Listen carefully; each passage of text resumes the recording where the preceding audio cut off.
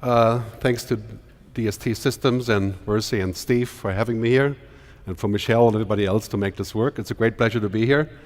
So I want to start off by saying, I lived in the US for 17 years, a long time ago, and so I'm very close to what's happening in the US. I currently live in Zurich, Switzerland. I'm originally from Germany, so if my presentation is perfect, that's why. Just kidding. And I really look forward to talking to you about the future. It's really interesting to see, we talked about politics a little bit yesterday and Trump and all the things, and to that I would like to quote Peter Drucker, who once said that a crisis is a terrible thing to waste. Right? And I think it's really interesting to see all the things that we are talking about now, where the future has taken us. And I want to sort of start off by saying what I do as a futurist. If you don't know what a futurist is, most people don't know what a futurist is. I don't predict the future. There's no such thing as predicting the future. Some people could do this, Arthur C. Clarke, and people like Isaac Asimov, and basically Nostradamus kind of thinking. I just observe the future. It's very important to observe things. There's a great saying in China that says, if you want to know about the future, ask your children. Because children are not busy running companies or making money. They experiment, they play, they try things. Right? And in the financial industry, it's increasingly important to know about the future. Because you're not investing in what has been. Right? You're going to invest in what will be. This is crucial. And now today, the speed of change is absolutely mind-boggling. Right? I mean, just sit down for half an hour, you're like, I can't believe this is actually possible. Science fiction has become science fact. Self-driving cars, automatic language translations, Barbie dolls connected to the internet. Right? Did you see that the other day? There's a Barbie doll that talks to you like Siri or Cortana, where kids are learning to speak with the cloud, or whatever that is supposed to do, I don't know. But science fiction is science fact. If you don't know about the future, you will be exponentially left in the dark. And especially when it's about money. While we can't predict the future, we can observe it, we can understand it. And this, by the way, is the number one thing that sets us apart from machines. Keep that in mind. That machines are going to be so powerful, there will be not a science fiction movie we can quote to describe it. In 7 years, the first machine, roughly, will have the power of the human brain in terms of computation. That's 40 quadrillion calculations per second. In 2050, one computer, the most advanced computer, will have the capacity of all human brains. That's 10 billion at that point. We will have machines with an IQ of 50,000, and they will cost as much as my iPhone. So we're going to a world where machines will be very, very powerful. But you know what they can't do? They can't really be human. They cannot understand human. They can read humans, yes, but it's quite different to be human. Machines are calculating with zeros and ones, obviously, for the time being, and they will be so powerful they can look at 1 trillion data points and come up with a solution. We can't do that. A doctor that wants to keep up to date has to look at 8,500 new oncology studies a week. Imagine you have a doctor treating cancer. How are you going to read 8,500 oncology? It's impossible. The computer reads, IBM Watson reads 1 million books in a minute. But does the computer understand human relationships? Does it know about trust, values, emotions? If you picture the computer as one linear stream of intelligence, that stream will go on an exponential curve straight into the sky in the next 10 years, like unlimited, essentially. But picture human intelligence. It's like we have 1,000 streams of intelligence. Right? We have emotional intelligence, we have social intelligence, and all those streams are happening in parallel. It'll be a long time before a computer can match that.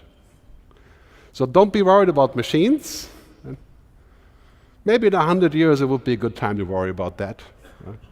But I think what we need to do is we need to understand the machines also and see what they can do for us, because if we don't employ technology to get better, we'll be left behind. So that's point number 2, understanding.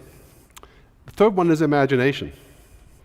If I would ask you today, what does your business look like in 5 years? Do you have an answer? That's the question you must answer today, because the 5 years will happen in 2 years, in 18 months. Much quicker than you think. You know, years ago when I was on the internet, I used to be a musician and producer. Then I went on the internet doing digital music. And then we went through this whole transformation. And we talked about the paperless office. Remember the paperless office?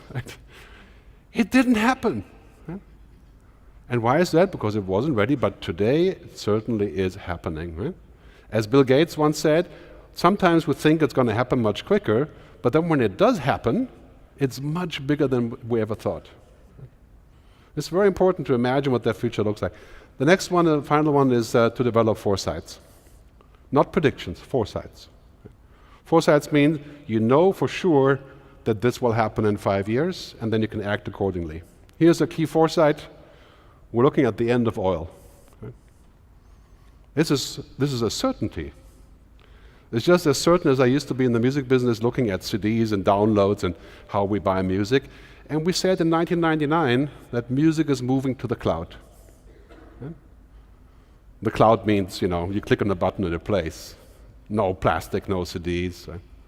So what do we have today? 100 million people paying $10 a month for things like Spotify and listening, of course, free on YouTube. That's 1.6 billion people. Right? Music is in the cloud. So you have to have foresight, because when you understand, for example, in the energy business, in 20 years, we'll be able to supply the world's energy from solar power. 20 years, that's the estimate. So who in their right mind would invest in gas pipelines now? Let me answer that question. Right?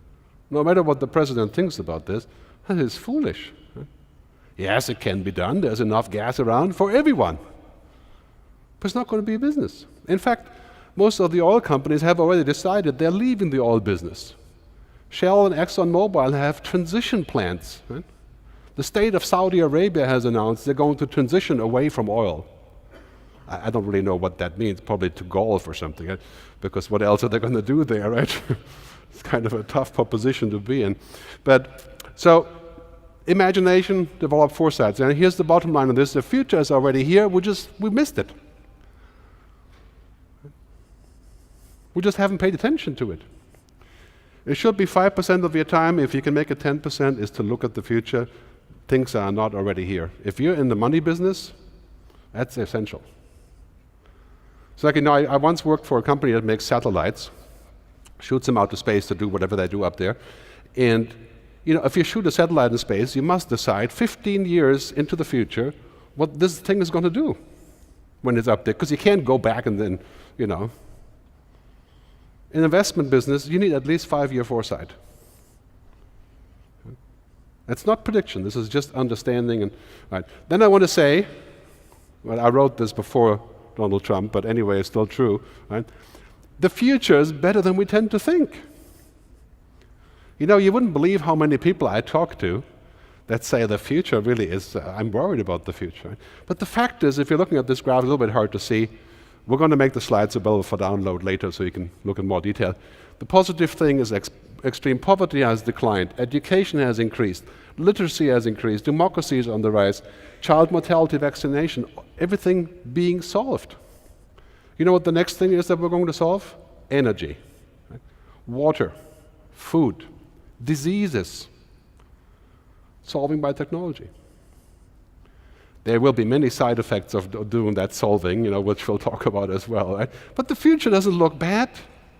And keep that in mind. The future actually is huge potential for us, not just financially, but also as people. So it's very important to keep in mind, as the former Secretary of Health said in the US, we're continually faced with a series of opportunities disguised as insoluble problems. I mean, it's actually much better than that. I think we can do things much better. So here's the key slide of today. We're living in an exponentially changing world. Yeah? Exponential means you're familiar with Moore's law, Metcalfe's law. Exponentially counting 1, 2, 4, 8, 12, 16, 32, and so on. Basically means doubling every 18 months in power.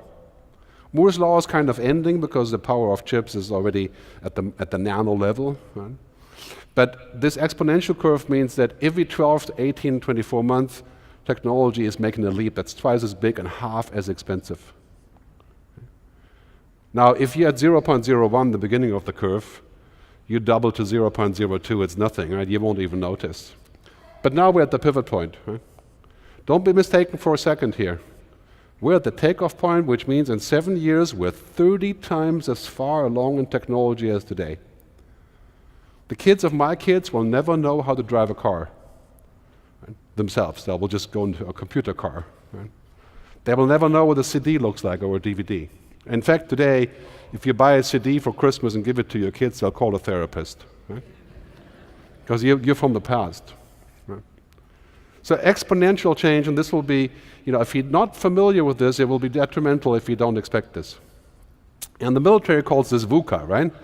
You've heard about the term volatility, uncertainty, complexity, and ambiguity. That's our future. Don't expect any different any time soon. Right?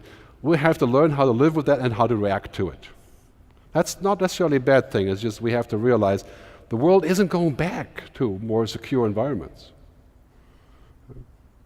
So there's great opportunity in this exponential curve if we understand it. And this is our challenge as people. People are not exponential. Right? I mean, we are limited. We have to sleep. We have to eat. Right? We have downtime. We can't plug in some more CPUs up here. Right? I mean, at a certain point, we're just who we are. We're just people. Right? We're linear. We shouldn't expect to be exponential, and don't make yourself work exponentially. That will kill you. Right? Multitasking doesn't work. Computers can do that. We can't do that. Right? So it's very important to keep in mind the difference between being human and being a computer. So when I was in the music business, I was part of the first wave of disruption. I was in the Bay Area involved with Napster and MP3.com and many other companies in the 90s. And the record companies, in their wisdom, said that they wouldn't support the internet. Right? Because, of course, the internet would make distribution very cheap. Right? And what happened, as you know now, Spotify is, $10 a month? How many songs do you have? I think 21 million songs on Spotify. Right? You used to buy a CD for $20. There were 12 songs on it. And now I buy Spotify for $10 and it's 21 million songs. So the song is worthless, right? It's basically free. Disrupt it. Can you make money in the music business? Absolutely you can, but you're not going to do it by selling music. Music is basically just the reason to be there. So take a look at the media business and the first waves of disruption, phone companies, internet access, e-commerce, and on top of that wave right now is the car companies. 7 years ago we did a workshop with the CEOs of a German car company. I will not tell you which one, but you take a wild guess. We're sitting around the room and saying, well, the future of the cars is really, first, kids don't want a car. They don't even get a driving license. In most major cities in the US, driving licenses are declining. Then there's sharing cars. Then there's electric cars, self-driving cars. In Norway, 37% of all cars are electric vehicles. I know it's far away, but still it's an interesting status. Basically the thing is, in the future, in 10 years, right, very few people will buy a car with a gas engine. And a lot of people will share their car. I mean, this is unthinkable for a German, of course, as to share your car, because he would never do that. Right? But we can learn from this industry. Today, that company that we talked to 6 years ago, they wished they wouldn't have laughed about this idea of electric vehicles and autonomous cars, because that's the number one initiative. Who is the leader in the car market now? Tesla, Google, Toyota, because they have gone all the way, and maybe General Motors to some degree. And after that is the Germans. Right? They're going to have to pay billions to catch up, and they will catch up, but it's going to be painful. Right? The entire operating system of autonomous cars is Silicon Valley. It is not BMW. There's a lesson to learn. So we can learn something from this, right? Because financial services are next.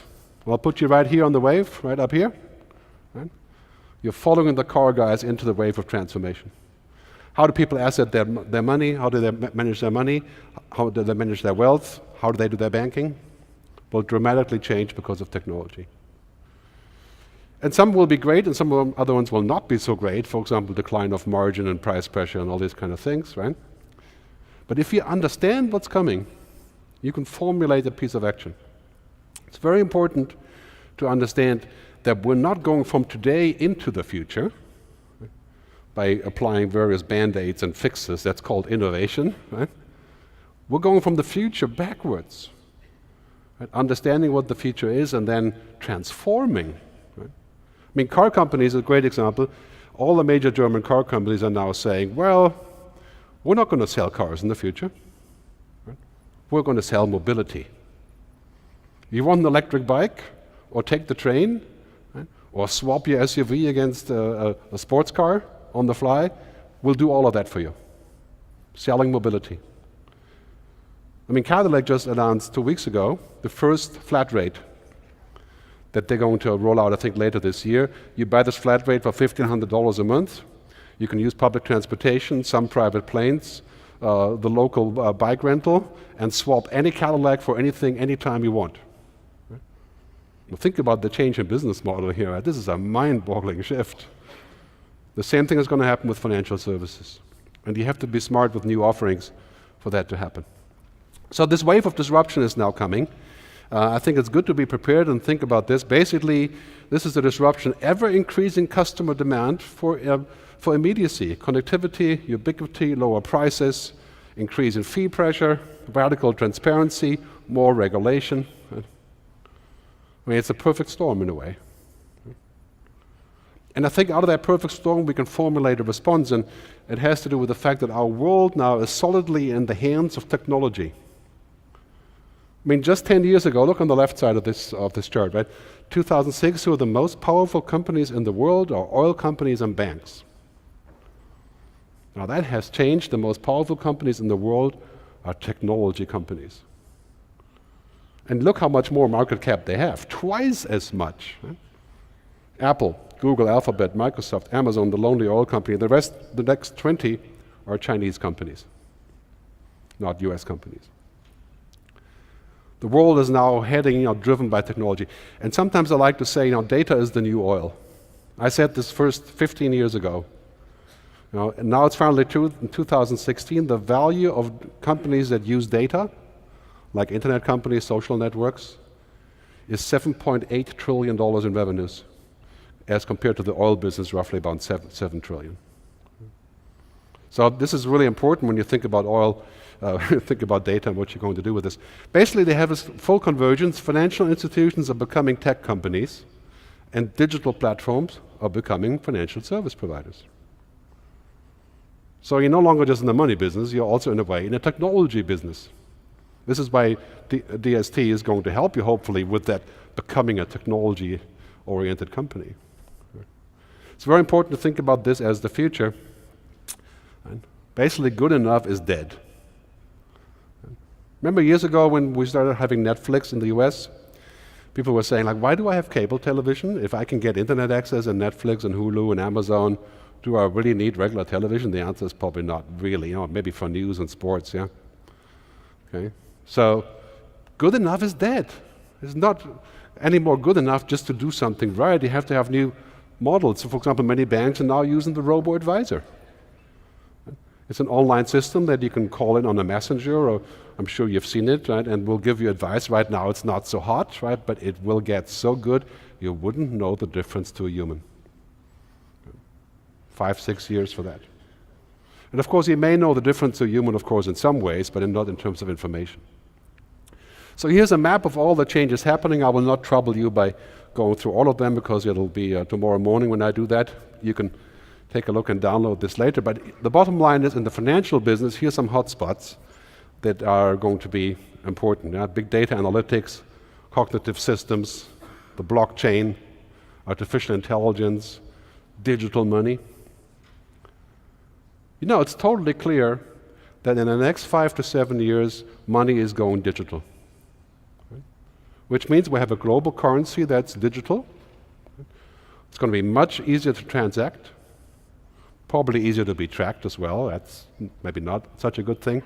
We will keep cash, I think, because we all like our cash, to do things that we don't want other people to know about, like buying a beer or having a drink or smoking a cigar or something, right?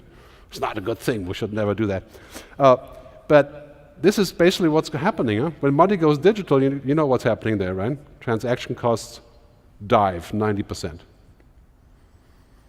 Things become more transparent, our logic changes. Compare it to Spotify and the music business.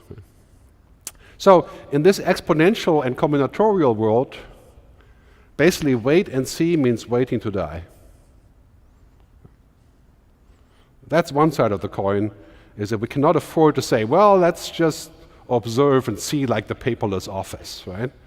Well, we're beyond the pivot point. There's no such thing as waiting. And the flip side is, we shouldn't do everything that technology can do just because it can. I mean, should we go as far as saying that we monitor every single piece of our transactions, how we drive, what we drink, our health data, and monitor all of that to see if we're compliant? Right? That would not be a good idea. That would be George Orwell.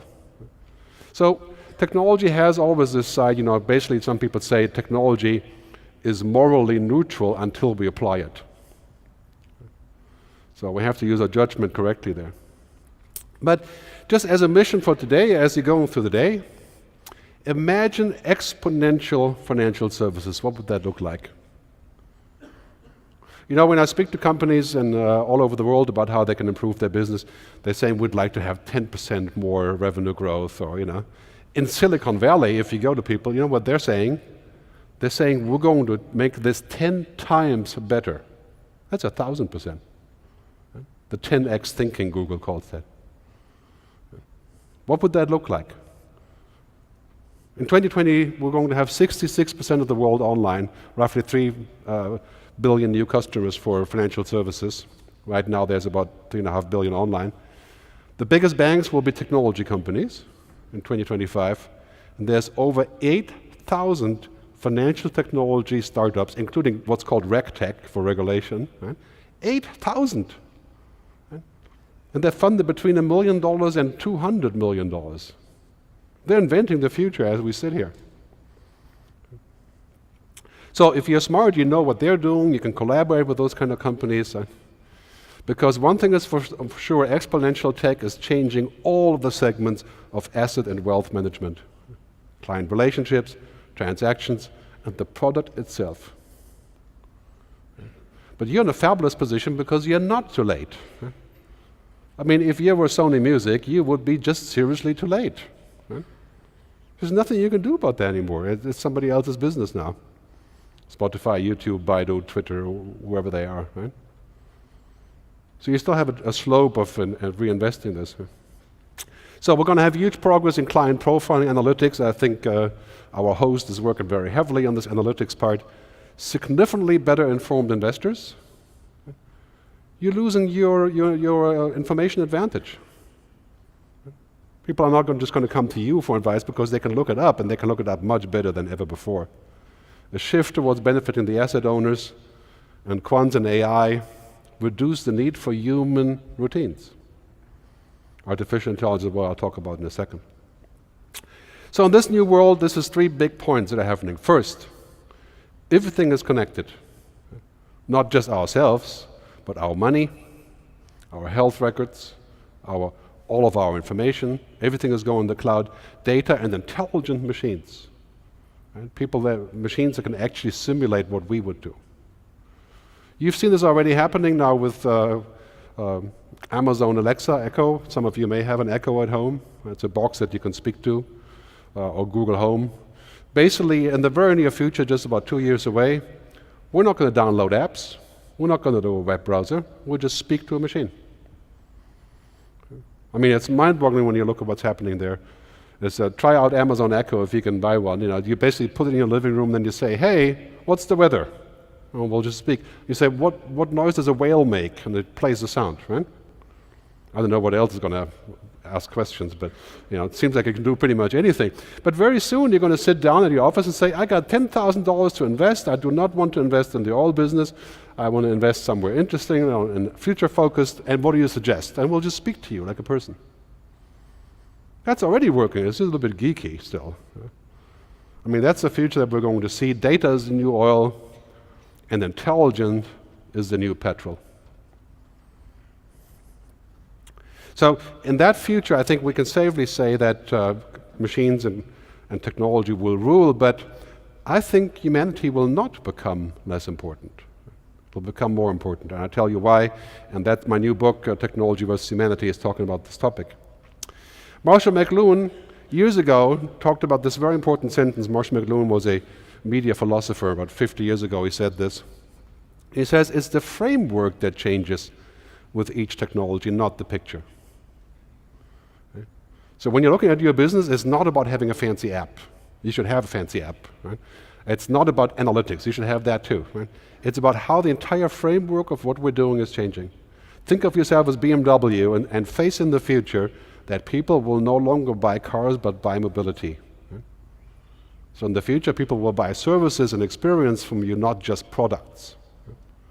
That's a gigantic opportunity. I have this 10 shifts, and again, I won't go through it. You can see it online at megashifts.com.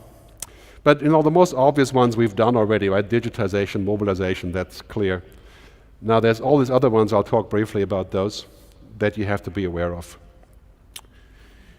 All of these 10 megatrends, megashifts, are impacting what we do with money. Right? Virtualization, automation, anticipation.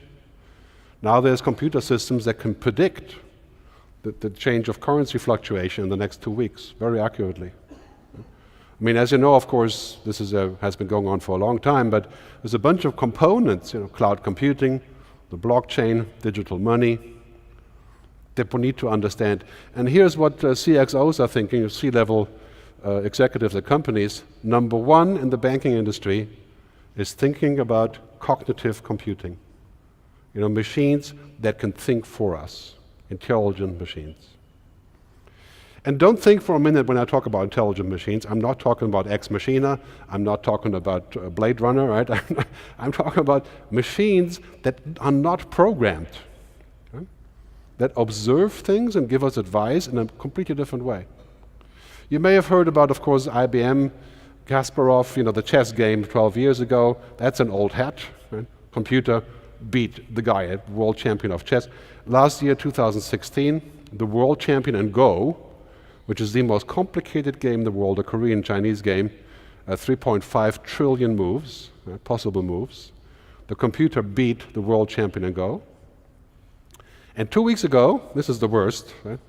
Or the best, you could say, right?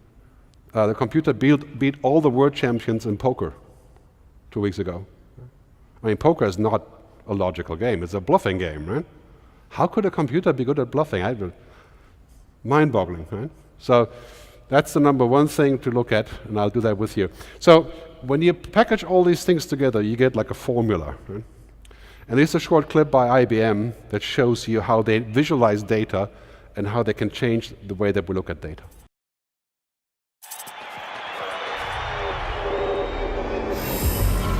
This is the data.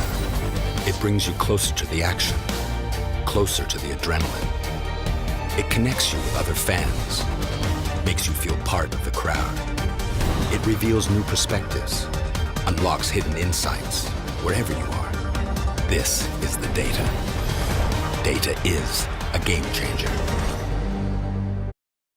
So what IBM did at the US Open for tennis is that they visualized all of the data at the game, how fast the ball flies, where it goes to, the heart rate of the player, everything. And you could go inside of this data like you would go a Minority Report. Right? And imagine you can do that for financial products, and you can. Right? People can actually do that now on the internet. Predictive analytics, very, very powerful tool. In some ways, you could say if this works, if we can predict things and analyze all the data, we can do the work of 100 people with one person. Let's see if we can find another place for the 99. Hopefully we'll be able to do that as well. Right? The other thing that's happening is that we see things differently. Right? You may have heard about Google Glass and Oculus Rift and all that stuff. That's all geeky stuff. The future is having a 3D vision, especially in the financial business, where you can actually pull down a visor and dive into this world of data. This is a short clip by Microsoft HoloLens.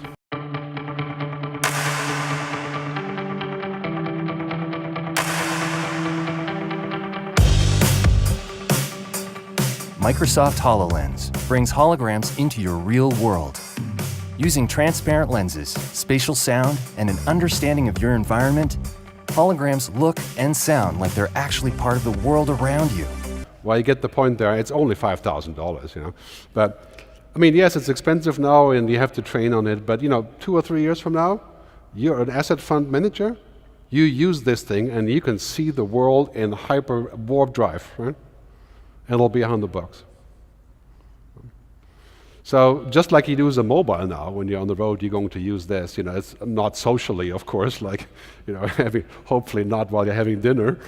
But now we have intelligent digital assistants. You know, we have computers who are playing the role of people, albeit in a very narrow way, but still quite helpful. This is, any lawyers in the room? There must be some lawyers there. There's lawyers everywhere, but this is actually the world's first intelligent lawyer. Todd's an exceptional lawyer with tons of clients. Todd doesn't understand artificial intelligence and probably thinks machines could take over the world. But in an ever-changing legal market, he knows that he's got to remain competitive. But Todd's stuck in the mundane and repetitive task of legal research that's weighing him down with unbillable hours and hardly any time to focus his time on what's most important, his clients.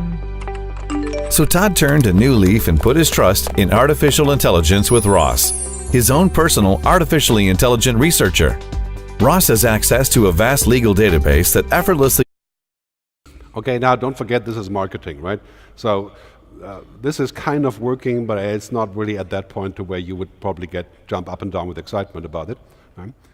But it kind of shows you where the future is. I mean, if you have kids, don't let them become paralegals, right? There will be no such thing as a paralegal in 5 years. Right? I mean, looking stuff up, right? Verifying facts. You speak to the computer and say, check out on this, check this particular contract situation on prior cases and all these things, and the system takes 12 seconds to come back and say 92% likely to lose. That's what the paralegals used to do. It took them 3 weeks and 40 people. Right?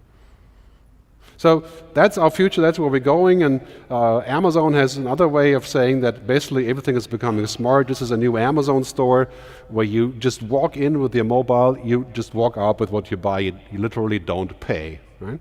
Well, you do pay, but it's kind of like Uber, you know, you don't know that you're paying, you just walk out the door. I don't know, they probably need a lot of security guards in certain places for that to work, right? But this is a store that's basically a self-serve store. Right? I mean, it's a store where we don't need people to take your money, it's all automated. Starbucks will have a virtual assistant that can take your order. So you pull up your assistant on your mobile phone and you speak to it and it will make you a cappuccino when you're a couple blocks away.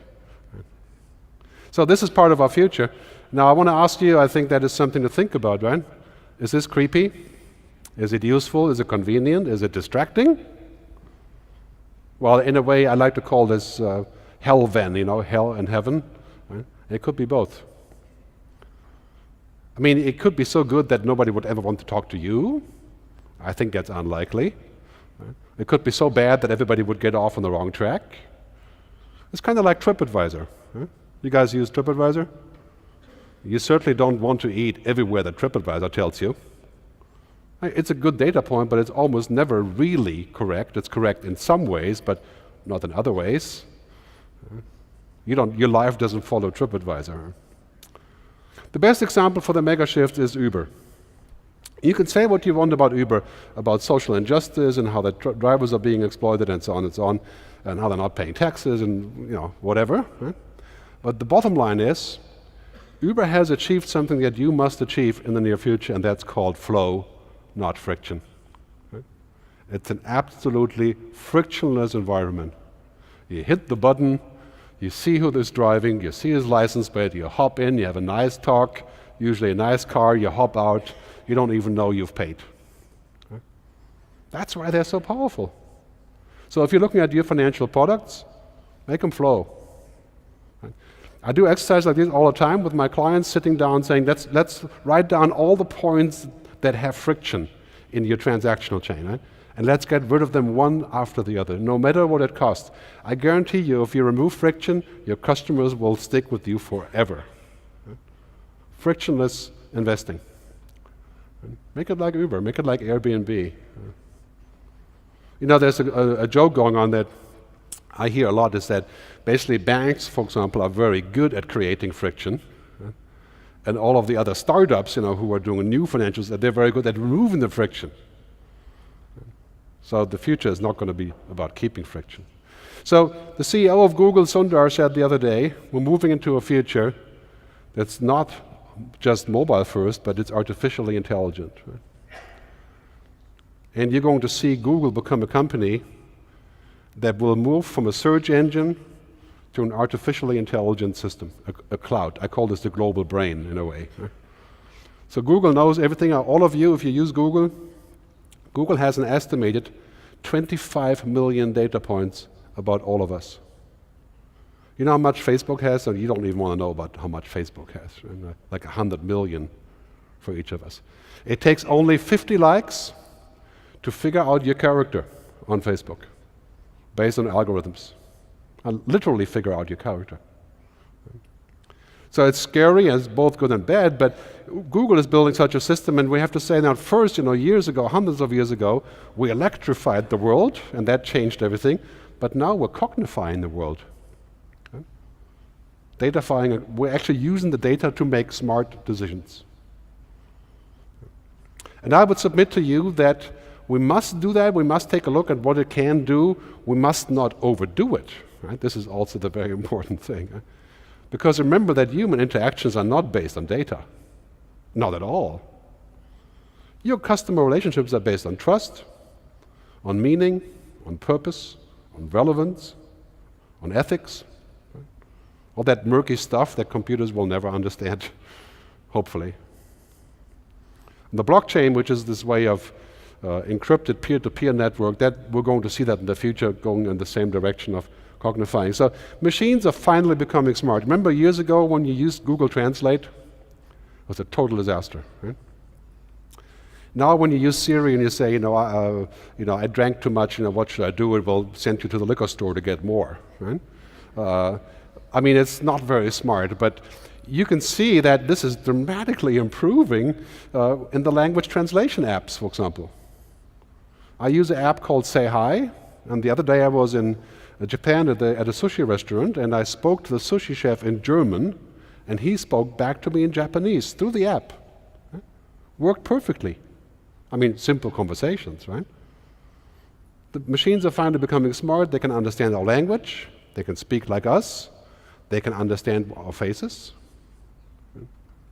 There's the first software called Enviso, is a Swiss company, that is used for asset management and financial advice. You face the screen while you talk, right? And the computer reads your facial reactions to the proposed investments, and then says, you actually feel pretty good and pretty bad about this based on your facial reactions, like a lie detector. Right? It increases investment return by your actual emotions by 30%. Right? But admittedly, it would be kind of creepy to screen your customers like this. Right? But it's an interesting tool. So we're moving into the world that will have intelligent assistants, like your car can, when you're driving home, you can control your air conditioning through an app. When you use Google Maps, and then we have, of course, artificial intelligence. I would say the low-hanging fruit is intelligent assistants. This is basically using computer technology to help you service your customers better. Customer relationships, process management, ERP, that you should do now. The other part, I think that's going to be a little bit further away to find the value in this. Expedia is a great example. Right? Expedia has a messenger app that you can use to book your flights. You see it running here, it's basically a chat, right? I mean, these kind of tools for asset management, wealth management, I think a lot of people will use those when they get better. So I think the rise of intelligent machines will be hundreds of times more disruptive than industrialization. Disruptive in a good and in a bad way, but another example.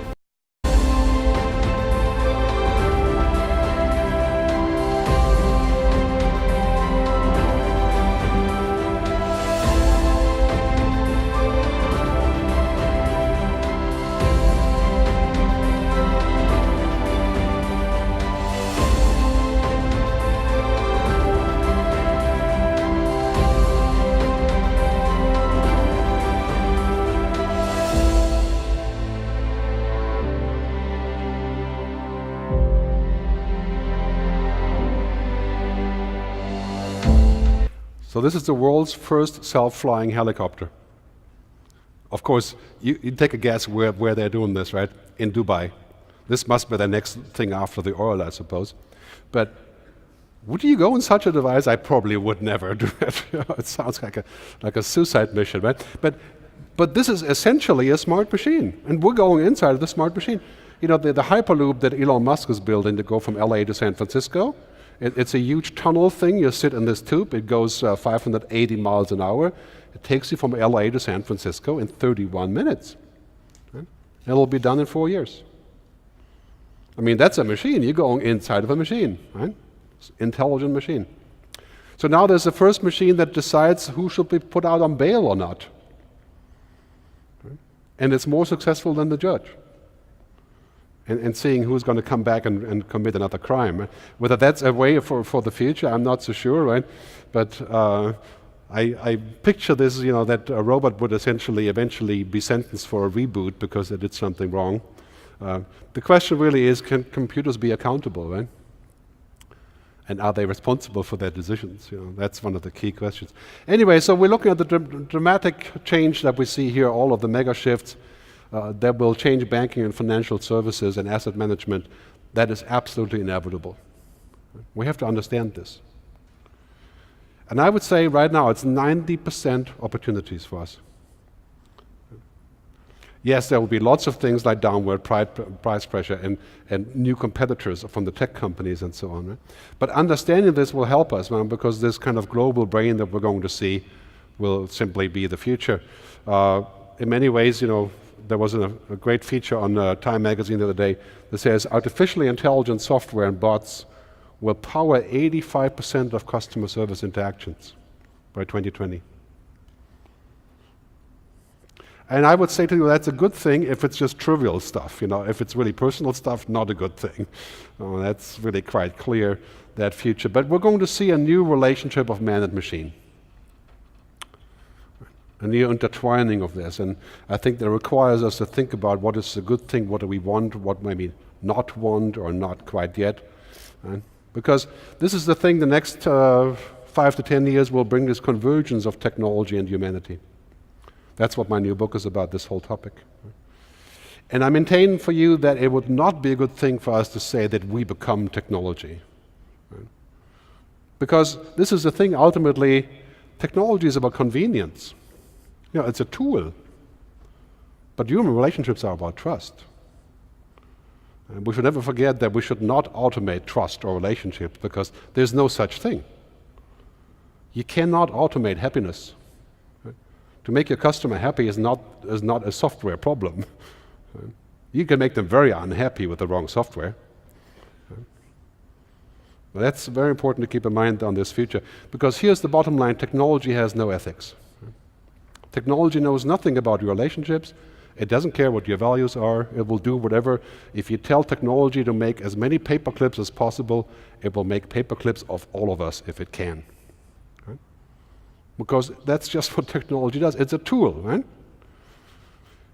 The CEO of Walmart, and Walmart is one of our clients on this future transformation, he says, as the world becomes more digital, it will be our humanity that differentiates us and wins with customers. Now, this is pretty surprising to hear from Walmart, right? Talking about how humanity is important, because they're a giant company, 2.2 million employees. Right? They're a giant machine, you could say in many ways, right? It's very important.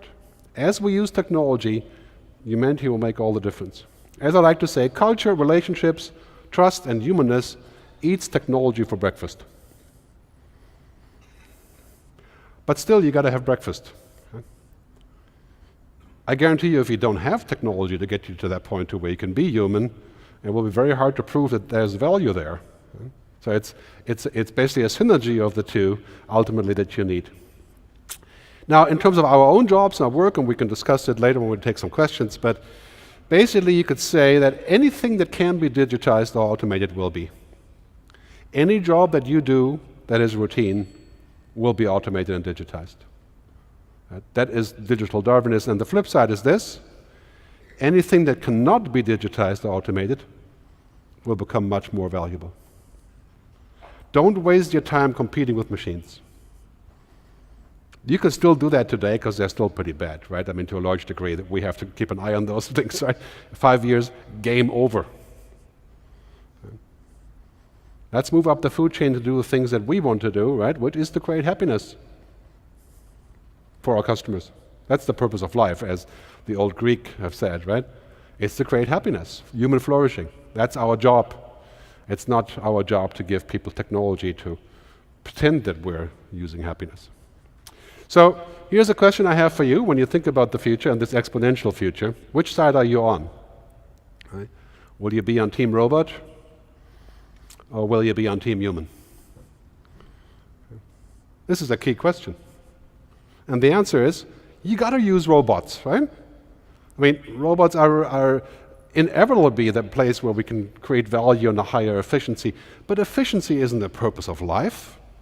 I mean, efficiency is just one thing that we do to monetize, to create better things around us and to create better margins and to be more fruitful.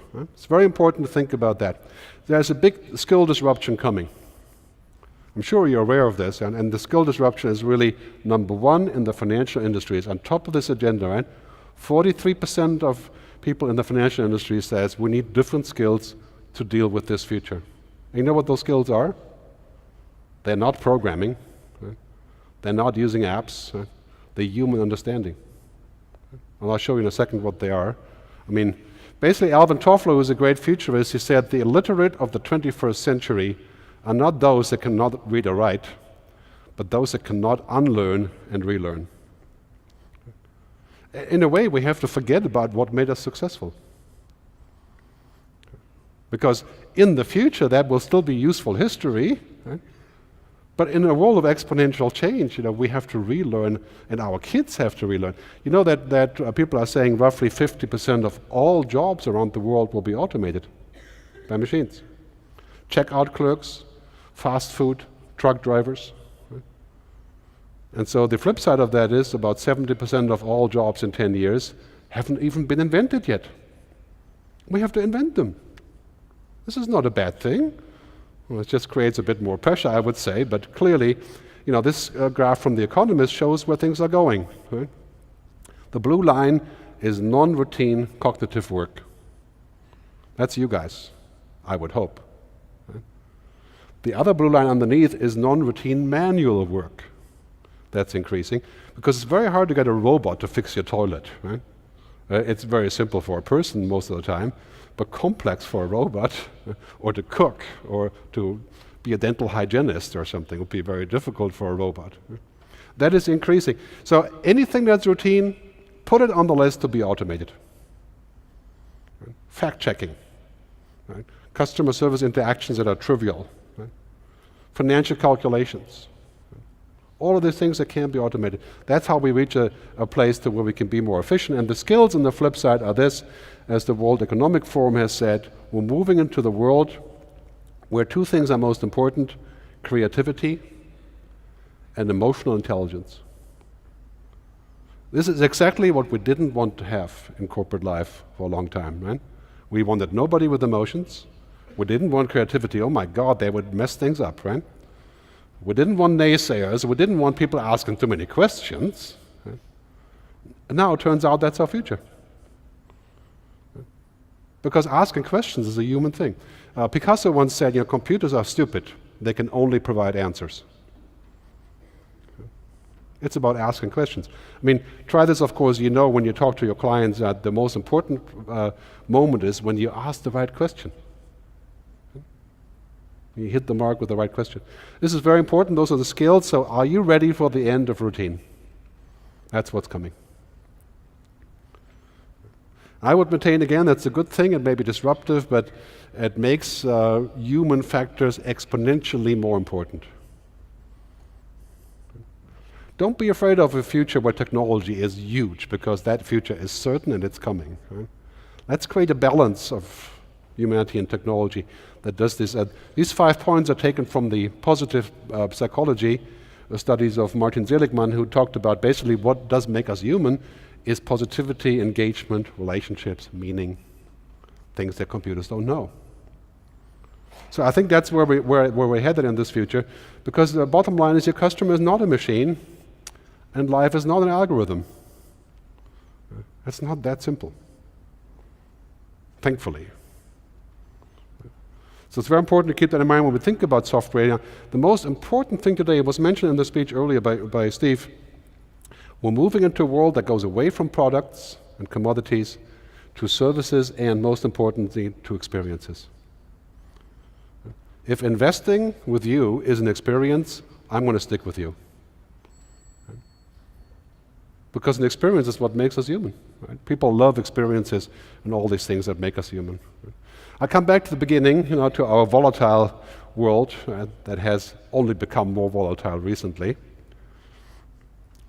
That's something we have to deal with. So how do we respond in a world of exponential change to this? I think we have to flip the VUCA, what I call flip the VUCA, and respond with velocity, with unorthodoxy, with co-creation, and by using abundance. And this is why it's such great to have an event here, because we can increase our speed, we can collaborate, come up with new ideas.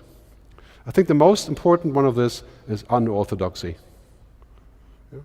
Come up with something that your clients will say, that is fantastic, I wish somebody would have thought of that earlier. Just a trivial example, because I travel a lot. The other day, when I fly with Lufthansa, it's 24 hours check-in, when you can check in on your seat and do all these things, right? And so Emirates, which is the biggest airline in Saudi Arabia, flying east from Europe, right? You know what they did the other day? They said, hey, there's no reason why it has to be 24 hours. It's 72 hours for the check-in. Right? And that's, how much does that entail in terms of change? I don't know. Unlikely to be a big deal. Right? But it made me think, yeah, that's unorthodox. That's actually pretty cool. And then when you get to the 380, there's a bar in the business class, right? A real bar. Right? You know what that is? What that's called? I don't drink when I fly, but it's nice to look at it, right? You know what that is? Experience.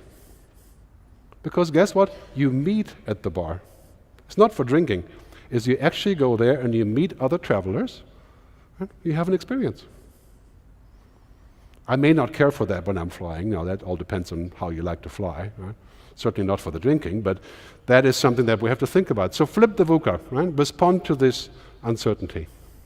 So I want to leave you with a quote from David Bowie, who was a bit of my mentor when I grew up in the music business, who said that the future belongs to those that can hear it coming. Right? I think this is the most important thing when you're in your business. You have to hear the future coming. That gives you time to react and respond to it. Thanks very much for listening, and take a look at my book if you can. It's on Amazon. I do have a couple copies with me if you want one. Thanks very much for listening.